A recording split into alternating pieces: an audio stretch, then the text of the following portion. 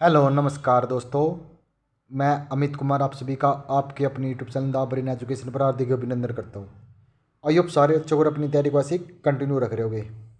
भाई जो भी बच्चा ALM SA JEE या WPO की तैयारी कर रहा है तो आप सभी के लिए मैंने भाई इलेक्ट्रिशियन थ्योरी के चैप्टर वाइज MCQ स्टार्ट किए हुए हैं, जिसमें हमने लगभग हम अराउंड 10,000 के आसपास क्वेश्चन को कवर करेंगे चैप्टर वाइज। अगर आपने इन क्वेश्चन को अच्छे से कर लिया ना भाई, कोई भी माइकल लाल आपका सिलेक्शन नहीं रोक सकता। लेकिन इसमें कुछ एफर्ट आपने भी लगाना पड़ेगा भाई, सबसे मेन चीज़ ये है। क्योंकि वीडियो तो अराउंड 1,000 2,000 बच्चे वीडियो देख रहे हैं, लेकिन बस सिर्फ एक बंदा है जो चाहता है कि मेरे को नौकरी मिल जाए। सबसे मेन चीज़ है भाई, आप डेली ये मान के चलो आपका 20 क्वेश्चन का टेस्ट चल रहा है। अगर आप कमेंट करोगे आपको पता लगेगा कि हमारी तैयारी कितनी है। बहुत सारे बच्चों को ये भ्रम है कि मेरी बहुत ज़्यादा तैयारी है। भ्रम पता क्यों दूर होता है? अगर आप कमेंट करोगे तो आपको पता लगेगा कि हमारी तैयारी कैसी है और आप उस पर और ज़्यादा जोर लगाओगे। देखो एक बच्चा जो कमेंट कर रहा है, फॉर एग्जाम्पल मैं एक बात बताता हूँ, मेरे खुद का एग्जाम्पल लेके चलता हूँ मैं। ठीक है, आज थोड़ा सा इंट्रो मैं बता रहा हूँ लेकिन आपके लिए ज्ञान की बात रहेगी। अगर मान के चलो ये 20 क्वेश्चनों का मेरा टेस्ट है, मैंने इसमें कमेंट किया, मेरे क्वेश्चन ठीक हुए 10, मेरे को फील हो गया कि मेरा ये टॉपिक बहुत ही ख़राब है, तो मैंने इस टॉपिक को पढ़ा। अगले दिन मेरे इसमें आ गए 15, मैंने अगले दिन फिर पढ़ा, फिर भी मेरे को फील हुआ कि नहीं भाई तैयारी नहीं है। ऐसे ऐसे करते अगर आपने 18-20 स्कोर कर लिया ना भाई, यही चीज़ देखने की है। अगर आप कमेंट करोगे तो सिलेक्शन पक्का है भाई, क्योंकि आप भ्रम में हो कि सर बता ही रहे हैं आंसर और अपना पढ़ के चले जाएं। भाई कभी भी सिलेक्शन होगा, कभी भी सिलेक्शन नहीं होगा। लिख के दे रहा हूँ मैं, कभी भी सिलेक्शन नहीं होगा। ठीक है ना? आज के बाद ये भी नहीं बोलूँगा कि कमेंट करो अपना अपना स्कोर या आंसर कमेंट करो। जिन्हें पढ़ना पढ़ लो भाई, खो रहे हो अपना खुद का खो रहे हो। अगर आप कुछ खो रहे हो तो खुद का खो रहे हो, और अगर कुछ पा रहे हो तो खुद के लिए पा रहे हो यार। लास्ट के 1 वीक से जब का सेशन चला हुआ ना तब का बोल रहा हूँ कि भाई सेशन को सीरियस ले लो, पढ़ लो, कमेंट किया करो। लेकिन नहीं भाई, कंपटीशन आपको लग रहा है कि बहुत इजीली नौकरी मिल जाएगी। नहीं भाई, इस बारी कंपटीशन देखना, कम से कम इस बारी कट ऑफ 65+ जाएगी। यार मैं लिख के दे रहा हूँ 65+। पिछली बार सोच रहे थे ना कि 48-50 पे सिलेक्शन हो गया था, इस बार लेके देखना इस बार। और इस बार क्वेश्चनों का लेवल भी देखना। ये हरियाणा सरकार है भाई, ठीक है ना? और इस बार तो ऐसे ऐसे धुंधर बच्चे आ रहे हैं भाई। जो M Tech है ना, M Tech किसने बोलते हैं? अब तो सिर्फ ITI वाले, वो भी ऐसे लाइनमैन का पेपर दे रहा है। अब उसका लेवल और आपका लेवल देख लो। कब से बोल रहा हूँ यार, कमेंट किया करो, सीरियस होकर पढ़ लो। लेकिन नहीं भाई, अपना देखते हैं चलो भाई। आप लोगों को भ्रम है ना कि हम ऐसे थ्योरी पढ़ रहे हैं, वो पढ़ रहे हैं, वो कर रहे हैं। एक चीज़ आज नोट कर ली कि फ्री के कंटेंट की कोई कदर नहीं करता, और ये चीज़ देखने की है। अगर मैं भी ये ऐप पे लगा देता ना कि 10,000 क्वेश्चन MCQ, देश जुट जाता भाई वहाँ पे।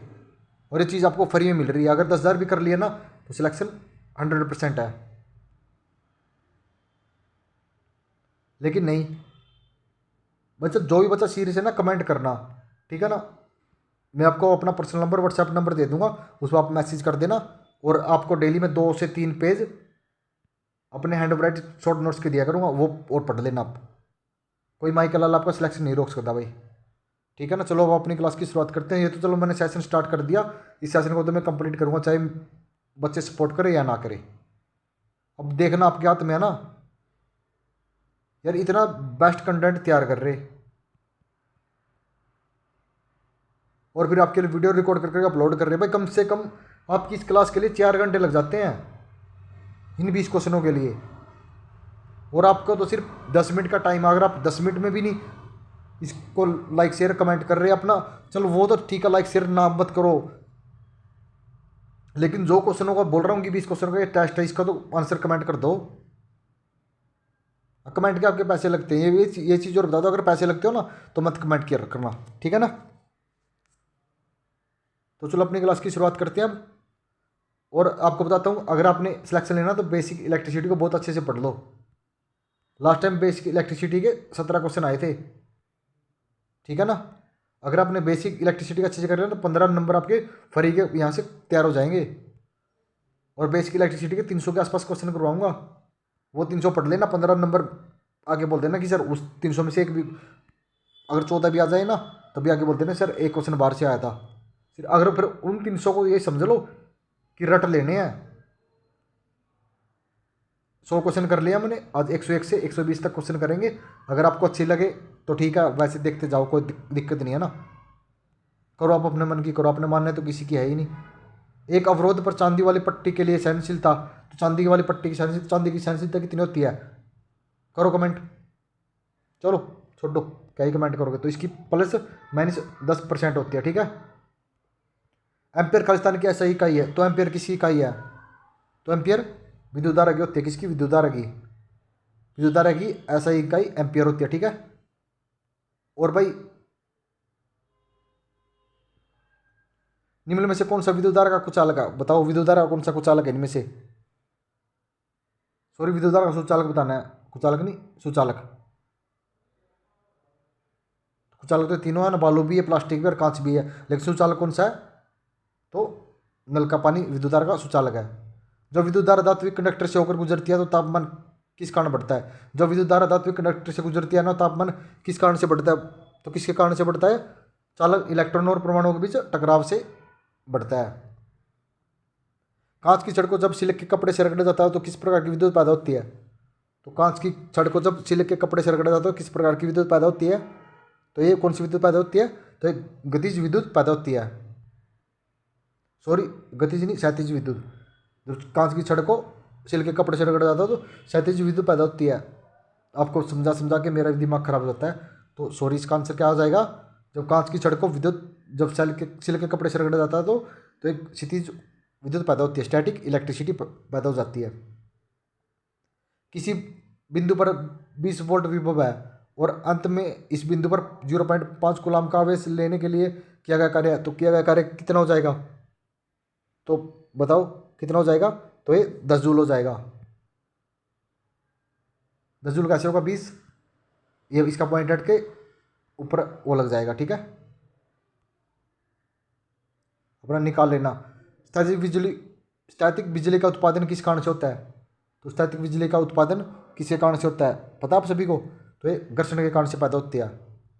कांच की छड़ को जब सिल्क के कपड़े से रगड़ा जाता है तब किस किस्म की विद्युत पैदा होती है? तो दोबारा ये आ गया, कांच की छड़ को जब सिल्क के कपड़े से रगड़ा जाता है तो क्षैतिज विद्युत पैदा होती है। कौन सी? क्षैतिज, जिसे हम स्टैटिक इलेक्ट्रिसिटी कहते हैं। किसी भी परमाणु के सेल में मौजूद इलेक्ट्रॉन की अधिकतम संख्या, तो के में कितनी होती है इलेक्ट्रॉन की अधिकतम संख्या बताओ? तो के में 18 होती है। एक परमाणु की प्रत्येक कक्षा में अनुबंध इलेक्ट्रॉनों की अधिकतम संख्या कितनी है जहां n क्रमांक कक्षा? तो n के लिए कितनी हो जाएगी पता आप सभी ने? तो n के लिए 2n स्क्वायर हो जाती है, कितनी? 2n square. 2n स्क्वायर कौन से में है? तो ऑप्शन नंबर बी में। ओम के नियम का संबंध निम्न में से कौन सा कथन गलत है? तो कौन सा कथन गलत है इनमें से ओम के नियम में? तो धारा विद्युत अंतर्नियत, ये तो ठीक है। विभव अंतर धारा बराबर, ये भी ठीक है। तो इसका धारा बराबर प्रतिरोध गुणा विभव अंतर, ऑप्शन नंबर डी इसका हो जाएगा, ये इसका गलत है, ठीक है ना। किसी पावर सर्किट में 3 सीरीज में जुड़े लैंपों को नियंत्रित करने के लिए कितने स्विचों की आवश्यकता होगी? तो सीरीज में पूछ रहा है ये, तो कितने की आवश्यकता होती है बताओ? तो सीरीज में एक ही लगता है, अगर पैरेलल में होता है तो तीन के लिए तो 3 की जरूरत पड़ती। 100 वोल्ट 100 वाट 220 वोल्ट रेटिंग दो विद्युत बल्बों को श्रृंखला में 220 वोल्ट सप्लाई के साथ जोड़ा गया, तो बताना कि WM1 का मान, फिर समांतर उन्हीं बल्बों को समांतर सप्लाई से जोड़ा गया, तो WT का मान बताओ भाई। पता है इसका किसी ने आंसर? अगर पता हो तो बताओ। तो इसका आंसर निकाल के देखना, 4 आ जाएगा। कितना? 4 आ जाएगा। एक विद्युत हीटर को 100 वाट 220 श्रेणी में दी गई है, तो करंट प्रवाह की मात्रा ज्ञात करना। तो ये बोल रहा है पैरेलल में है इस श्रेणी में, तो इसमें करंट की मात्रा कितनी हो जाएगी? एक तो 100 वाट है, एक 200 वोल्ट है। बताओ, तो ये 5 एम्पियर हो जाएगी। कितना? 5 एम्पियर। अर्थ का प्रतिरोध है, मोस्ट इंपोर्टेंट क्वेश्चन है भाई, नोट कर लेना। अर्थ का प्रतिरोध कितना होता है? तो ये 0 होता है। समांतर संबंधित दो एक ऐसे लैंप 240 वोल्ट स्रोत से लगे, प्रत्येक लैंप का वोल्टेज होगी। तो ये बोल रहा है कौन से में लगे हैं? ये समांतर में लगे। कितने? कितने? 240 वोल्ट के दो लगे हुए हैं तो समांतर में। तो प्रत्येक की वोल्टेज बतानी है। प्रत्येक की वोल्टेज कितनी हो जाएगी? तो ये 240 वोल्ट ही हो जाएगी। 1 एम्पियर विद्युत धारा को किसके प्रवाह के रूप में परिभाषित किया गया है? तो 1 एम्पियर विद्युत धारा को किसके प्रवाह के रूप में परिभाषित किया गया है? बताओ, किसके परिभाषित किया जाता है? 1 कूलम प्रति सेकंड में। यदि परमाणु में समान विद्युत ऋणात्मक इलेक्ट्रॉन के लिए समान, तो निम्न में से किस प्रकार की आबंध की सबसे अधिक संभावना? तो कौन सी आबंध की सबसे अधिक संभावना हो जाएगी? इलेक्ट्रॉनों के लिए बताना है। बताओ आप सभी। तो संयोजी आबंध, जिसे बैलेंस इलेक्ट्रॉन भी कहते हैं, ये यहाँ पे बैलेंस आएगा। ये आधुनिक इलेक्ट्रॉन के सिद्धांत के अनुसार एक परमाणु प्रोटॉन, न्यूट्रॉन और इलेक्ट्रॉन से बना है। 3 तत्वों में से खालिस्तान को निरावेशी माना जाता है, यानी इसमें कोई आवेश नहीं होता। तो इनमें से बताओ आवेश कौन से भी नहीं होता? अगर इसका भी नहीं पता ना, और ये हरियाणा आलम 2020 में आया हुआ क्वेश्चन है, तो ये न्यूट्रॉन पर कोई आवेश नहीं होता। परिपथ में इलेक्ट्रॉन का प्रभाव निम्न में से बनता है। तो परिपथ में इलेक्ट्रॉन का प्रभाव किससे बनता है? तो विद्युत धारा से बनता है। अगर भाई सेशन अच्छा लगा, 10 मिनट में 20 क्वेश्चन कर लिए, जिसमें से आपको बहुत सारा समझा भी दिया है कि कैसे कैसे तैयारी करनी है। अगर फिर भी नहीं मान रहे ना, तो भाई दे दाल में पानी, ठीक है ना। जहाँ जाना है, जहाँ से पढ़ना है, ठीक है, अपना टाइम वेस्ट करना करो। आज के बाद कुछ नहीं बोलूँगा, ठीक है। मिलते हैं नेक्स्ट वीडियो में, बने रहो हमारे साथ।